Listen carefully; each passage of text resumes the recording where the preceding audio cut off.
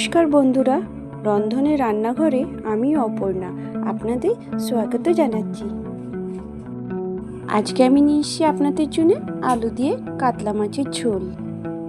এই কাতলা মাছের ঝোলটা চিকেন বা মটনের চেয়ে কিছু অংশে কম নয়। তো চলুন বানিয়ে ফেলি।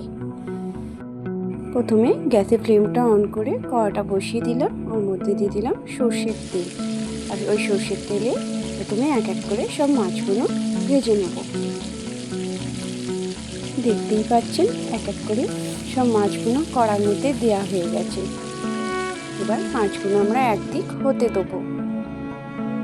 মাছগুলো একদিক ভাজা হয়ে গেছে, দ্বিতীয় দিক ভাজার জন্য মাছগুলোকে উল্টে দিলাম। মাছগুলোকে আর একবার উল্টে ভেজে নেব। দেখতেই পাওয়া যাচ্ছে মাছগুলো দুদিক ভালোভাবে ভাজা হয়ে গেছে। এবার মাছগুলোকে সব এক এক করে তুলে নেব।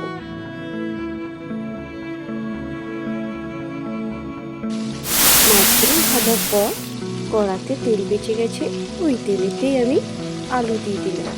আলুগুলো আগের দিন খোলা ছাড়িয়ে রেখেছি আর গোল গোল করে কেটে নিয়েছি। এবার আলুগুলোকে তেলের মধ্যে ভেজে নেব। আলুগুলো তেলের মধ্যে ভালোভাবে ভাজা হয়ে গেছে। এবার আলুগুলোকে তুলে নিচ্ছি। আবার কড়াতে সর্ষের তেল দিয়ে দিলাম। সর্ষের তেলের মধ্যে দিয়ে দিলাম গোটা জিরে, তেজপাতা, শুকনো লঙ্কা, ছোটো এলাচ, দারচিনি, লবঙ্গ আর এলাচ। এইগুলো সব হয়ে গেলে তেলের মধ্যে এবার কেটে রাখা পেঁয়াজগুলো দিয়ে দেবো। এবার পেঁয়াজগুলো দিয়ে একটু পেঁয়াজগুলো ভালোভাবে তেলের মধ্যে ভেজে নেব।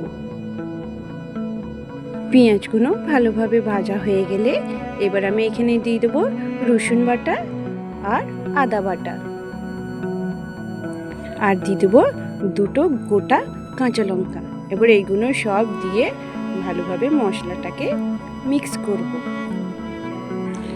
এইটা যখন ভালোভাবে হয়ে যাবে এবার এখানে আমি দিয়ে দেবো 1 চামচ গুঁড়ো হলুদ, গুঁড়ো জিরে আর গুঁড়ো ধনে। এগুলো সব আমি 1 চামচ করে দিয়েছি।